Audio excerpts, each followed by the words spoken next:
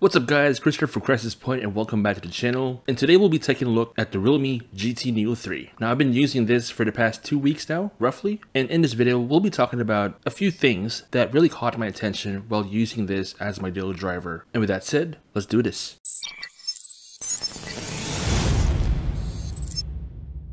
Alright, so this is the realme GT Neo 3. This was actually released first quarter of this year globally, but in the Philippines a month ago I think. And I was fortunate enough that Realme Philippines took the time to actually reach out and send this over for me to test out for the past few weeks. Now sadly, because of the recent typhoon that hit the Philippines, I wasn't really able to fully maximize the GT Neo 3, but I did however at least enjoy its capabilities indoors. First and foremost would be the design. So the design on the Realme GT Neo 3 is very eye-catching and refreshing at the same time. This right here is the Sprint White color variant, which is also known as Silverstone White globally. But unlike other smartphones in the market, this comes with a glass front, a plastic frame, and a glass back. The back portion is frosted, which gives off this matte-like finish to the touch. However, one interesting detail about the design of the Realme GT Neo 3 is not just with that racing car theme, but it's really more of how it feels in the hand. You see, most smartphones that has a 5000 milliamp battery, which this has by the way, gives off a bit of heft to it, so you can really feel it. But with the Realme GT Neo 3 however, the weight feels very balanced, so regardless of how you hold the device, it doesn't feel entirely heavy. As a matter of fact, I can even play games on the GT Neo 3 without breaking a sweat. Breaking a sweat in a sense that I don't feel any form of strain after having to play games for an extended period of time. But we'll talk about the gaming aspect in a sec.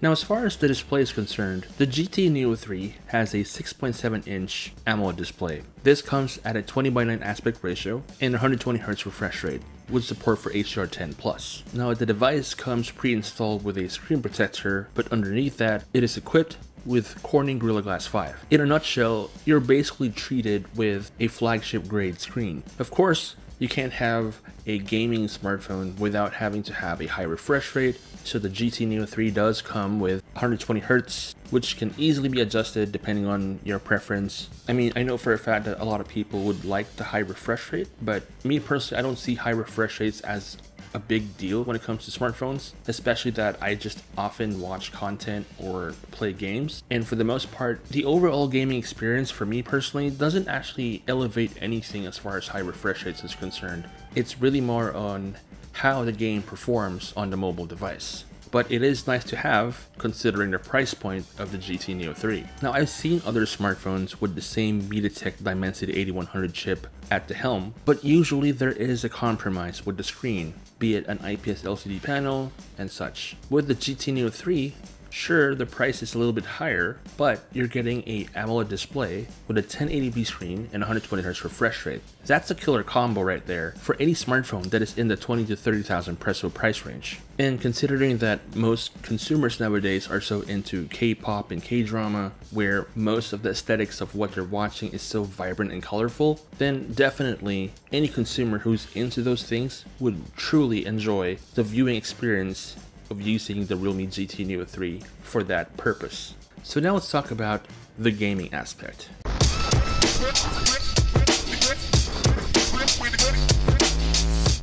So for a quick rundown with the specifications, the Realme GT Neo 3 has a MediaTek Dimensity 8100 chip. This is a 5nm processor with a Mali G610 GPU. This device right here is rocking 8GB of RAM and 256GB of onboard storage. Now a lot of people would say that there are cheaper alternatives in the market for this particular configuration, but in my honest opinion, it's not just about the configuration, it is also how the device is optimized. And having to experience other devices that is rocking a MediaTek Dimensity 8100, in my personal opinion, that chip that is found in the Realme GT Neo 3 is at the top of the list. And it's mainly because of how well optimized the device is. So for this gaming test, I decided to go for something that is a lot more graphic intense, which is Apex Legends Mobile. Now Apex Legends is basically one of those really graphically demanding titles on PC that turned mobile. And despite having to push every single graphical setting there is on the Realme GT GT Neo 3, Apex Legends ran smoothly. Like literally, this is probably one of the most interesting gaming experiences that I've ever had, considering that I've also used other smartphones with the same chipset. Now, in this footage, you'll probably see that there's a bit of a stutter here and there,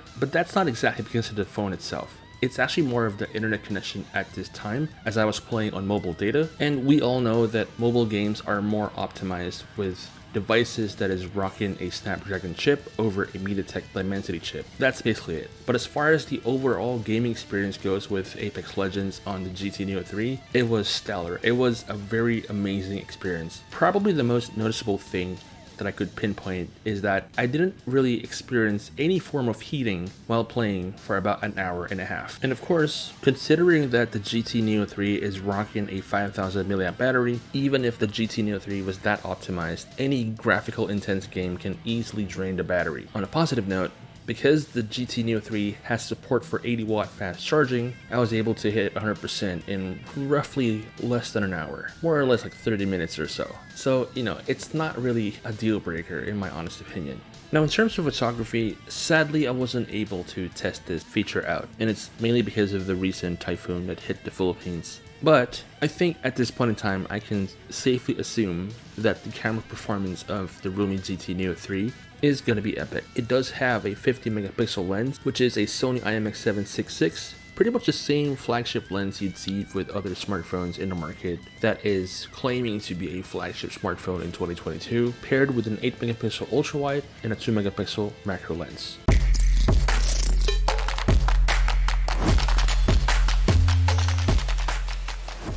So overall, as a verdict, I'd probably understand why a lot of people would say it is a lot more expensive compared to the market. But you see, here's the thing. You're getting a flagship grade smartphone. You have a really beautiful display, a decent processor for gaming, and pretty much everything else. You have a relatively big internal storage at 256 gigabytes, paired with 8 gigabytes of RAM, supports 120Hz refresh rate with a 50 megapixel flagship grade camera, a 5000 mAh battery with support for 80-watt fast charging. I mean, the list goes on and on. But at the end of the day, considering the specifications of what this device brings to the table, I can very much agree with its price point. On a positive note, realme is quite known to be generous enough to provide discounts to consumers, and considering that the Burr month is just around the corner, you never know. And that's pretty much it for my 2-week review video of the realme GT Neo 3. I personally would have wanted to go even further than that, but with the allotted time provided, I'm happy with it. So if by any chance you have any questions or inquiries, drop them in the comment section down below. I'll get back to you as soon as I can. Give this video a thumbs up if you liked it. Consider subscribing to the channel for more tech reviews and unboxing videos. Thanks again for watching.